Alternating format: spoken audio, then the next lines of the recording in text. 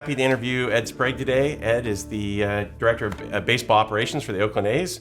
I am a longtime A's fan. I remember watching the 1989 World Series on a black and white TV in Modesto, California, and seeing the earthquake. I happen to have some A's stuff in my office. I brought it. This is the 1989 team. I had Terry Steinbach and Ricky Henderson and Carney Lansford, and my kids arranged them all in a fun way. But Ed, it's a pleasure to be here with you today, and as I look at your resume, it's probably the best resume I've literally ever seen. You know, it's a good way to start here is to say that, well, you went to Stanford, and then you won the College World Series twice, and then you decided to get an Olympic gold medal, and then you won the World Series twice, and then just to top it all off, you married an Olympic gold medalist. So maybe all your children are Olympic gold medalists, or your grandkids, or I don't know. But Ed, I guess the question here is, your career has been defined by winning, and then your coaching and leadership career has been defined by winning, and we'll get into that. But what does it take to win that much, and how did winning evolve over your career in what it means? Well, I mean, I've always been around baseball, right? My dad played, and I think the winning, obviously you have to be surrounded by a lot of really good players. You know, I didn't have no idea. I just played because I loved it, and I think probably my junior year in high school, I remember the Olympics in LA were on, and that was the first time baseball was kind of in the Olympics, and I thought every 4 years I could be a junior in college. This would kind of be cool, because at the time, the Olympics were basically, you know, you had to be a junior in college, basically, right? They didn't have pro athletes like they did now. It was all amateurs. So that kind of started that dream. I had no idea where I was going to go to college at the time, but I kind of felt like that was, you know, seeing McGuire and Will Clark and those guys, and I think Barry Larkin were all on that team, and it was in LA. It was exciting. So I kind of had that in my mind, and I was fortunate enough to get recruited by Stanford. Went there. At the time, the year before, they were #1 in the country. So it's not like I was the, you know, magic key to this whole thing, but we got there and we had a good young freshman class. We lost in the regional finals my freshman year to Oklahoma State on the road. And I think that was probably where they kind of laughed us out the door. You know, they thought we were California rah-rah kids, and, you know, they were like the pro style program, and they were very good. And so they knocked us off. When we came back to campus, we had a party, and we kind of toasted to winning a national championship the next year and beating Oklahoma State. And that came to fruition. We beat them in the championship game the very next year in Omaha. So, again, a lot of great players, a lot of, you know, obviously a great coach, and Coach Marcus, who's there forever. But that kind of started the thing. We went the next year. We didn't have a great year. Kind of got around to, we got through regionals, and we got to Omaha again, and we're like, man, we're here. We might as well win it again. Yeah. And we did, you know, and then the Olympics came, and we had a couple tough losses. You know, the year before I played on the Pan Am team in '87. We lost to Cuba. We beat them in the round robin, but lost to them in the championship game, and so that kind of left a sour taste. So I think the desire for winning comes from losing. You know, I think when you get close and you don't win, I think it you know, drives you to be that much better the next time. I read the Andre Agassi book, and he said, winning never feels as good as losing feels bad. I would agree with that. I think as athletes, you have a tendency to harp on the negative things that happen in your career, and not focus on the positive. But I think those negative things, like I said, I think it drives you to keep going, to work harder. And so when you do win, you're certainly happy. But I think it's, like I said, I think it's those losing moments that keep you moving. But even still, according to the internet, you hit 158 home runs in 1,203 games.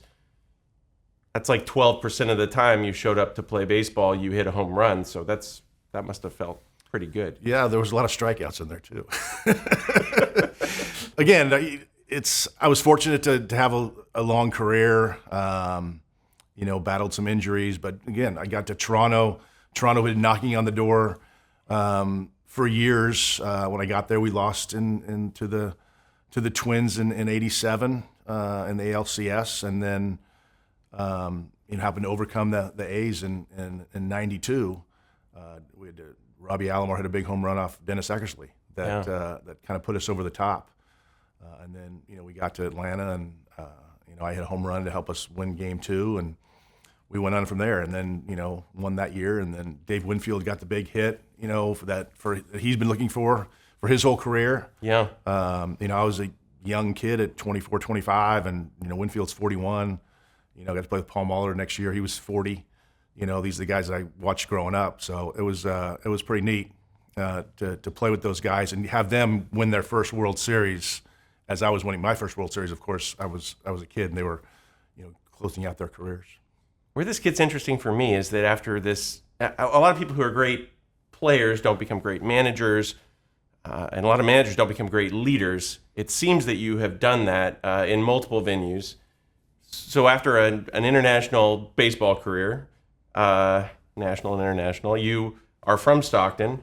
You came back to Stockton. You took on the University of Pacific. And as it was described to me, it was a very small program when you took it on. And over your 10-year career there, you elevated it substantially. Did you guys win it? Well, tell us about that. Yeah. I think you built maybe a stadium, or I don't know. Tell us about that. Yeah, I mean, we taken to Stockton. Obviously, I think, when I got married to my wife and she was an Olympian, it was just cheaper for us to come to Stockton than it was in the Bay Area, which we had both grown up there a little bit. I went to high school in Stockton. So we were able to build a home out there, and my dad always thought it was important to have a home base, so kind of got to know a lot of people in the town. And when I retired, I thought I was just going to play golf, and athletic director called me one day. I was on the driving range and said, "Would you be interested in coming in to talk about the program?" I said, "I'll come in and talk." And he asked me, he said, "Do you have interest in this?" I'm like, "No, you guys are no good. You don't have full scholarships. You don't pay your assistant coaches. And you have no place to play." Yeah. They were playing at old Billy Hebert Field, I grew up at Billy Hebert Field. My dad owned the Stockton Ports. So I knew plenty around that. But like I said, I talked to my dad, talked to my wife, and thought, okay. So I kind of went back in and said, hey, if you're willing to go to full scholarship, if you're willing to pay the assistant coaches, I think the assistant coaches were making like $5,000 at the time. Yeah. So, and you're willing to build an on-campus stadium, let's do it. So they agreed to all those things. What they didn't tell me was I would be the one to have to raise all the money to do that. Yeah. So I spent a lot of my time fundraising, which, is it's great, but there's a lot of people raising money for good causes. Whether it's cancer or whatever it is. Not a lot of people want to give money to a broke down college baseball team. So. But we were able to get it done. I had a lot of great people in the area. Of course, the Klein family was the leader of helping get that built, and we built a beautiful stadium. So, we had a few good years. We did not have great years. I think, there'd be a lot of people that tell you I wasn't a very good coach or manager at the time. But we had fun. Like I said, I did it for 12 years. Learned a lot about, myself post-playing career. Learned a lot about how to manage people. Good and bad. Coaching younger kids in a different generation, that took a little while. I started coaching them the way I was coached, and then quickly learned that that was not very effective. So I needed to adapt as opposed to them adapt to me. What are some ways that you shifted? Well, I just think that, I think a lot of us who were coached in my generation, younger, were coached by, military type leaders. It was very demanding and a lot of screaming and yelling, and I don't think that this generation responded to that very well, appropriately so. And so, like I said, I needed to calm my demeanor. I needed to find better ways to communicate with these guys. I had to learn that they don't look at emails, and they learn how to text, and they prefer text over phone calls, and there's a lot of different challenges that way, and we had enough challenges, just in the department. It was a small athletic department, yeah, and just finding the resources to provide for these players to become better, and that was kind of the biggest plan. I think we did that. I think we accomplished that in a lot of cases. In some cases, we didn't. So since 2016. You've been with the Oakland A's organization. You started as a special assistant to general manager, and today you're the director of player development. So as I understand that role, you've got the Las Vegas Aviators, the Lansing Lugnuts, the Stockton Ports. Is there anyone else? There's Midland Rockhounds. You got our Arizona complex, then you have our complex in the Dominican Republic. So it's roughly 165 players domestically, 35 internationally, and about 65 staff. Take us to the high level. What are you trying to accomplish with this part of the mission, and how do you do it? How do you see the big picture and get what the Oakland A's or the organization needs? Well, I think the first thing, our goal is to develop winning major league players, right? I mean, at the major league level, winning is what it's all about.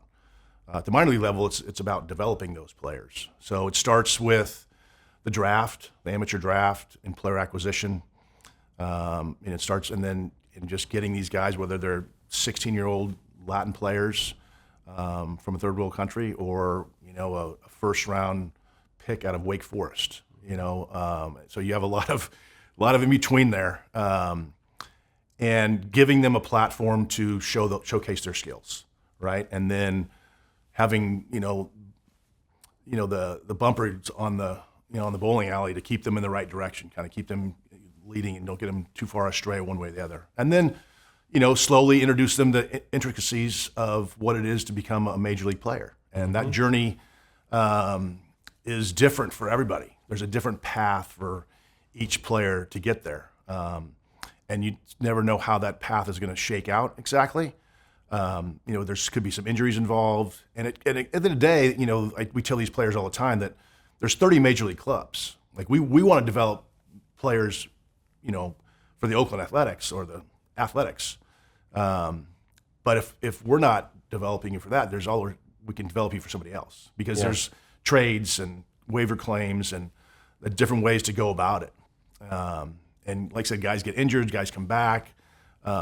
It's a crazy way. I think a lot of this generation thinks that you just kind of graduate to the next level. Like, I go to college and I play pro ball, and then I go from A ball to double A to triple A in the big leagues. Yeah. And then I stay in the big leagues, and I have a career, and then I retire. And that's just not how it works. I mean, it may work that way for 1 out of 1,000 that has that clean, right to the top, and those usually are your superstars that get there really quickly and perform well. But for the majority of teams, it takes a lot of work and a lot of grinding and a lot of time away from home and family, and it's not the easiest lifestyle. If you've been through it, you probably wouldn't sign up for it again. Now the golden pot at the end of the rainbow is really nice if you can get there and have a successful career, and there's a lot of money to be made at the major league level. But along the way, it's challenging. Well, I watch the A's probably once a week, and I have for a long time, and I'm always impressed whether they're having a usually not winning season, but the value is there, the heart is there, the number of wins they get relative to the payroll is always better than expected. So I'm always impressed with what the A's put out year after year. And in your role, you have a unique role because you are building sort of a flexible roster. You're needing to create a lot of value. So the question would be, the A's are famous for Moneyball. That's shifted. All the clubs do that in various ways. It seems like in your career you've built on that, but also gone to some older techniques and found a position in the middle. Can you speak to that? Yeah, I mean, I think obviously Billy Beane, understanding the market size in Oakland, was trying to find ways to win on the margin, right, and extrapolate that little bit of value from someone that maybe other people didn't see it. And that's kind of how it started. And we still operate that way today.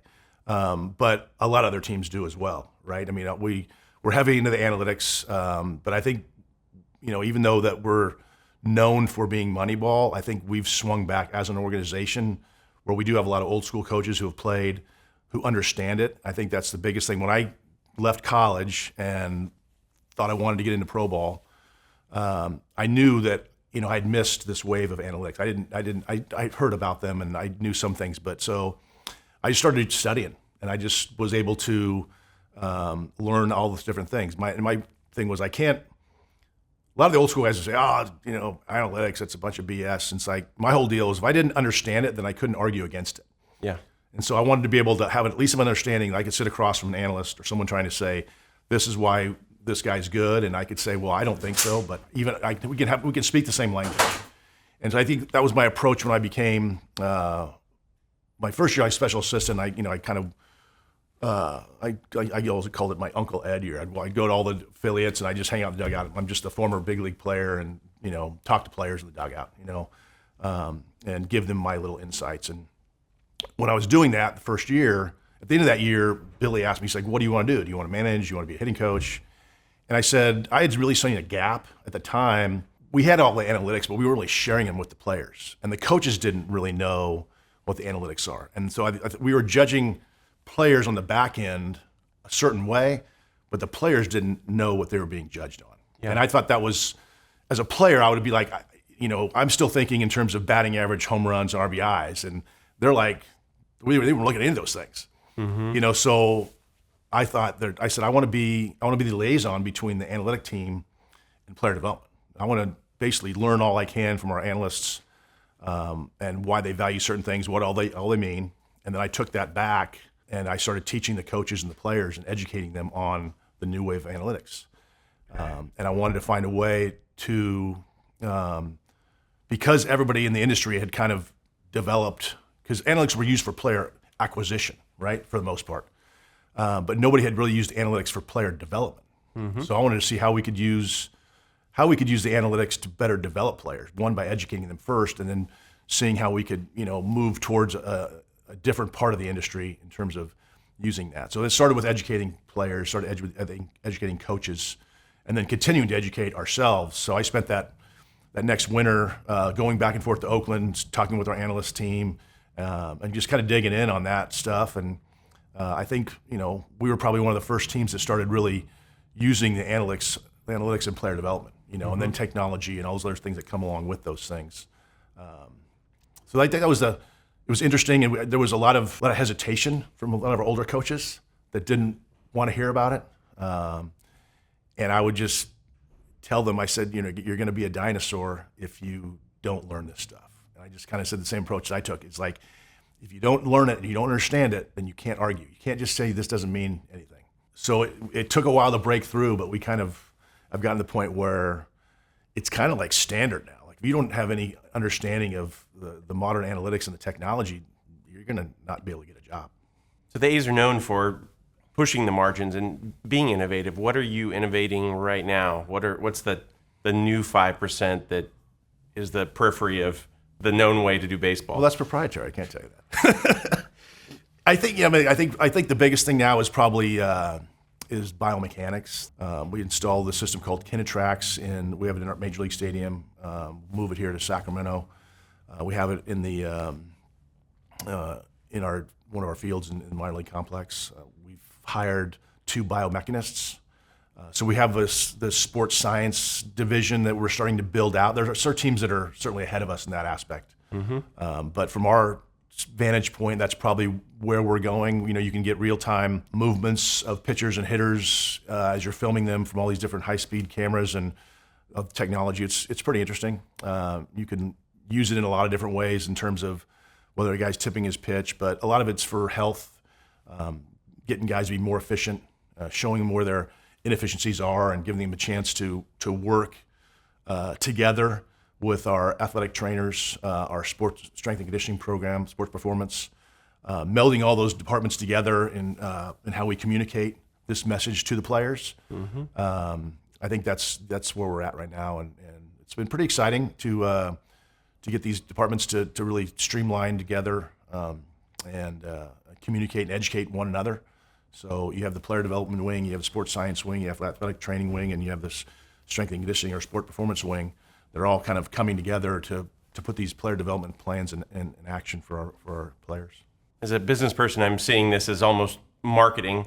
On the one hand, you're telling the players what you need. On the other hand, you're probably informing very young players early on what they're going to need, so that they're spending years in advance developing into the players that you want on their own with their own initiative. These are very driven young men, so I imagine you're arming them to do all they can so they're best prepared before they get to you. Is that right? So we have, obviously we have a number of analytics data points. So you have one where you show them what the baseline is. We know we have the averages at league level, every level they play in. So you have league average in Arizona or Dominican. You need league average in Arizona, league average in low A, which is Stockton, high A, which is Lansing. And in order to move through the system, you need to have benchmarks that are above league average in a lot of these metrics, whether it's walk rate, K rate, weighted average, whiff rate, out of zone swings, all these things. So it gives them the understanding of, like, you can't be below average in Stockton and expect to move up. Yeah. Right. You might be hitting 300, but if you have a high out of zone swing rate and a really high whiff rate, that's only going to go up as you move up levels. It's not going to go down. Yeah. Very, very rarely that someone moves a level and performs better than they did at the lower level, especially if they were below the league average level. Sometimes they do because of age and experience, and some guys get moved because of their prospect status or how much financially we've invested in them. But those still are all the benchmarks. And once you get to a certain level, you're going to have to hit those marks, or you're not going to graduate, as most of these kids like to say, or advance through the system. So that's the one time we're explaining that to them, showing them where they need to hit their marks. The other time we're giving them the tools, whether it's through our coaching or through the technology, to help them hit those marks. Let's switch for a minute and maybe look at the business of the Oakland A's, and maybe you can help us see the big picture on Sacramento and Las Vegas and the changes that are happening there. Yeah, I wish I knew more about that, to be honest with you. I think for a long time the ownership and the leadership tried to get a ballpark in Oakland. Yeah. And I think it wasn't for a lack of trying. I think they wanted to make it work in Oakland. They wanted to make it work in the Bay Area, going back to days of trying to get a ballpark built in San Jose, but that was the Giants' territory. And I think, like I said, the Giants were able to get a stadium built, and we weren't able to get one done in Oakland for whatever reason. You could tell the politics of whatever's going on over there. But they lost the Raiders, they lost the Warriors, but somehow losing the A's we're the bad guys for that. So, like I said, I think ownership tried really hard to get it done. They couldn't get it done, and we were given an opportunity by Major League Baseball to relocate. And Vegas was probably on the expansion list of cities that were going to get a team once we expanded. They've always talked about expanding it. Once that the Oakland Stadium situation was taken care of, and once the Tampa Bay's stadium, then Major League Baseball was going to expand by 2 teams. And you always figured it was going to be one West, and that was going to be Vegas, and maybe one East, which I think people would assume Nashville. But there's other markets involved. I mean, Portland was one of them. I think now Sacramento is one of them. So I think, the question was, where were we going to play in the next 3 years before a stadium gets built? Because they can't build a stadium overnight. I think they talked a little bit about Vegas and playing in our AAA ballpark there. I don't know where. I think they talked about Salt Lake City, playing in Salt Lake City. Salt Lake City is an expansion area that Major League Baseball is looking at, and they want a team. So, and they have a ballpark built for the brand new AAA ballpark they're building. So, and at the end of the day, I think it came down to the revenue, TV revenue money that we're getting from NBC Sports in California, and being able to stay in this market, we were able to maintain some of that revenue sharing. I mean, some of that TV money. And that was probably the decision that why John Fisher decided to come here. Got it. Plus, I think he does have a relationship with the Kings owner as well. Well, as we close out, what advice might you have for young people watching this, or young business people? I mean, a lot of this is about your transition from sports into leadership and building an organization. What might you close out with? Well, I mean, I think it takes work, right? I mean, I think nothing comes easy. If you want success, you got to work hard at it. And I think the other thing is, no path is perfectly linear. They come with roadblocks along the way, and failures are going to be a part of it, and that's okay. But you have to be willing to learn from your failures, and you got to be willing to get back up on your feet. And I think a lot of people, it doesn't feel good to fail, and it's not supposed to, and like I said, but there's a path to success. And sometimes you don't always see it very clearly right away, but I think if you keep looking, I think you can find it. And I think you surround yourself with a bunch of good people who have a shared vision with you, and doing it on your own is not very easy either. You need to surround yourself with good family, good partners, that all share the same vision as you, and all understand that there's going to be some bumps and bruises along the way, and that's okay. Thanks, Ed.